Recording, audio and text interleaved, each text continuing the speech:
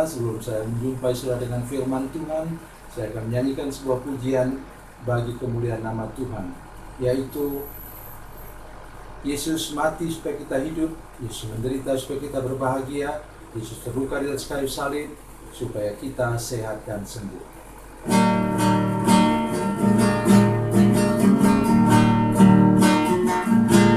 Yesus berfirman, marilah kepadaku semua yang letih lesu dan berbeban berat, aku akan memberi kelegaan padamu.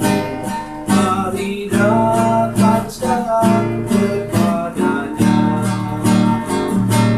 Yesus mati supaya engkau hidup, Yesus menderita supaya engkau bahagia, Yesus terluka di kayu salib itu supaya engkau sehat dan sembuh.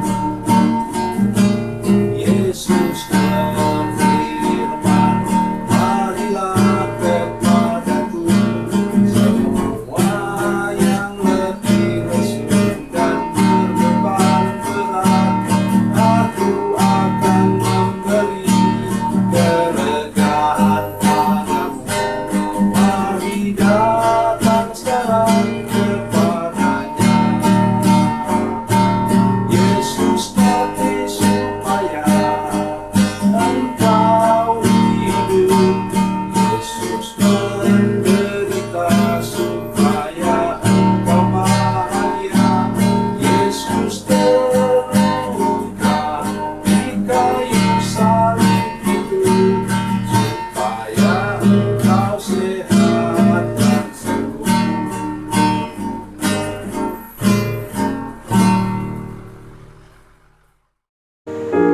Salam saudara pemirsa, sampai jumpa kembali dengan kami dalam program Berita Pengharapan.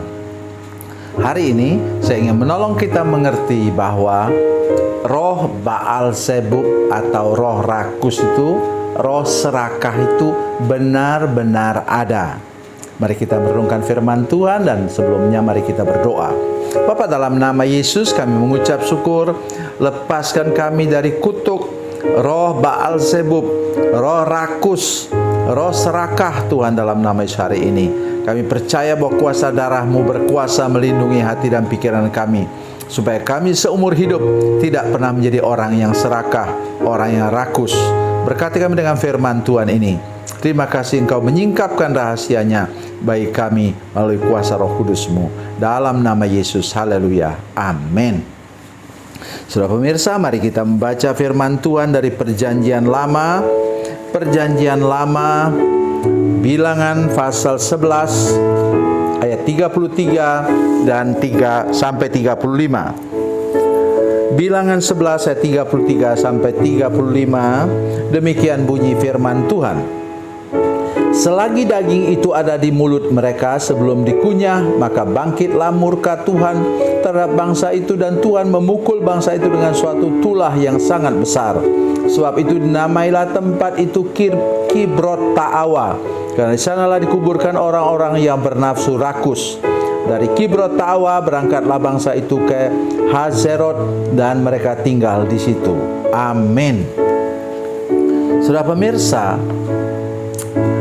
mereka memang sudah lama tidak makan daging, tetapi sebelum itu ditelan, mereka ambil lagi dagingnya, sehingga mereka dikategorikan sebagai orang yang bernafsu rakus.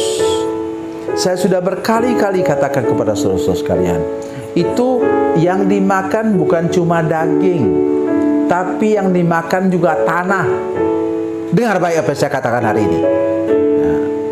Karena ada orang yang lahan untuk 1 juta orang diambil oleh 1 orang, dan dengan tidak merasa berdosa, dia katakan kepada orang di tempat itu? Ya saya tidak mau tahu. Karena anak-anak muda sudah jual kepada saya. Anak-anak muda itu dengan enteng menjual tanah itu karena mereka sudah sekarang tinggal di kota. Sudah pikir bapakmu atau kakekmu mau tinggal di kota bersama dengan kalian? Ya, saya pernah punya orang tua yang seenak apapun kita hidup di kota, mereka tidak tahan. Cepat-cepat mereka minta pulang. Kenapa? Mereka minta pulang, mereka rindu untuk memelihara ayamnya, ajak anjingnya berburu. Sudah tua, tapi masih punya keinginan untuk mencari hewan dengan berburu. Mereka masih ingin untuk cari umbut di hutan yang sekarang sudah tidak ada sama sekali. Saudara sekalian, tahun 2017 yang lalu saya berkeliling ke seluruh keluarga kami. Karena sudah 31 tahun saya tidak pernah pulang. Saya keliling selama 1,5 bulan. Pergi ke keluarga ibu saya, tempat kelahiran ibu saya, tempat kelahiran ayah saya pergi ke sana, bertemu dengan mereka. Waktu saya pulang ke tempat, saya harap mereka menonton sekarang. Itu ketika saya pulang ke keluarga pihak ayah saya, persis waktu itu musim duren. Salah seorang masih abang saya, dia bilang begini, "Samuel, kamu lama tidak pulang. Nanti kami akan panjat itu. Sudah jatuh si durennya, tapi supaya lebih cepat kami panjat, kami turunkan. Kira-kira katanya buahnya sekitar 500 buah durennya. Duren yang sudah besarnya sudah berapa pelukan badan begini. Itu sudah warisan dari keluarga. Tapi keluarga kami masih dapat 2 pohon. Dia bilang, kamu sudah lama tidak pulang. Jadi yang 200 kita bagi-bagi sajalah untuk yang manjat, yang apa katanya, untuk orang di kampung ini. Tetapi sisa yang 300 kau pulang ke Batam aja. Saya bilang, Bang, saya tidak sanggup untuk charter pesawat bawa durian yang 300 itu. Begitu mereka sayang kepada saya. Tetapi apa yang terjadi? Di berbagai tempat mereka menangis. Yang orang-orang tua itu menangis di hadapan saya. Seperti saya katakan tadi, lahan semua sudah menjadi perkebunan. Saya bukan anti perkebunan, saudara sekalian. Saudara saya juga ada yang bekerja, ada yang buka lahan perkebunan. Tapi maksud saya ialah, mengapa kita dirasuk oleh roh serakah? Itu yang jadi persoalan. Lihat orang di sini, mereka dihukum oleh Tuhan.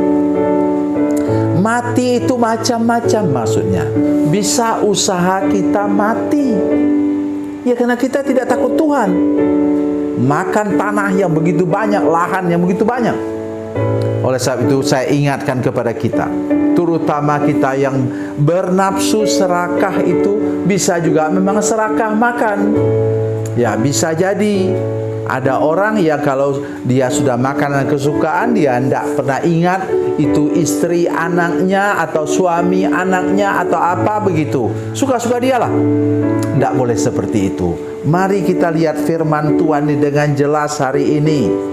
Selagi daging itu masih ada di mulut mereka sebelum dikunyah, maka bangkitlah murka Tuhan terhadap bangsa itu, dan Tuhan memukul bangsa itu dengan suatu tulah yang sangat besar.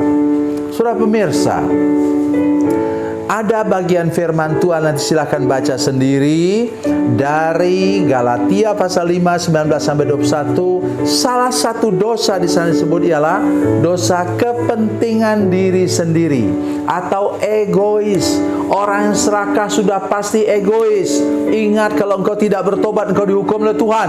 Di sini dikatakan ada tulah yang besar.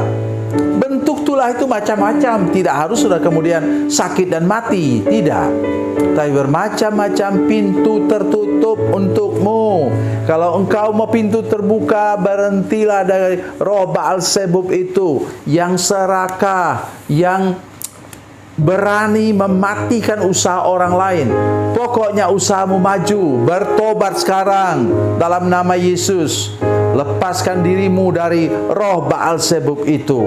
Karena Tuhan memberikan kepadamu hati yang apa? Buah Roh Kudus yang pertama ialah kasih.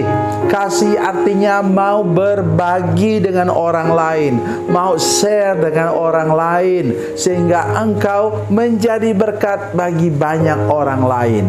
Tolong jangan lepaskan hatimu yang egois, mau berbagi dengan orang apa yang engkau punya dan kelebihan-kelebihan berkat daripada Tuhan yang engkau miliki.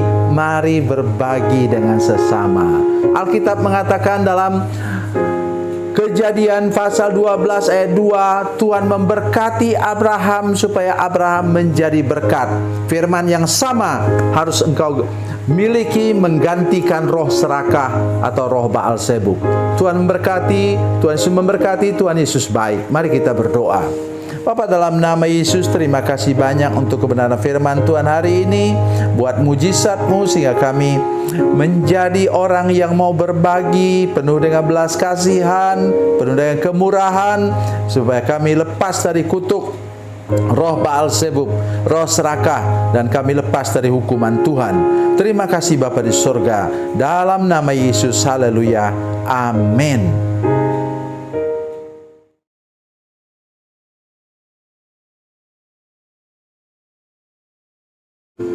Salam saudara pemirsa, mengakhiri program ini saya mohon kepada saudara-saudara pemirsa sekalian untuk bila saudara menyaksikan program ini melalui channel YouTube, maka tekan subscribe dan bunyikan lonceng.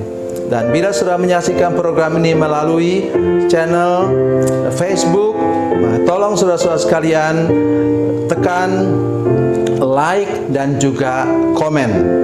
Dan demikian pula bila sudah menyaksikan program Makanan Bergizi hari ini yang tertulis, maka tekan yang sama juga, tekan like dan tekan komen. Dan tolong saudara-saudara sekalian untuk membagikan program ini, share program ini di channel saudara-saudara sekalian, supaya lebih banyak lagi orang diberkati melalui program ini. Tuhan Yesus memberkati, Tuhan Yesus baik.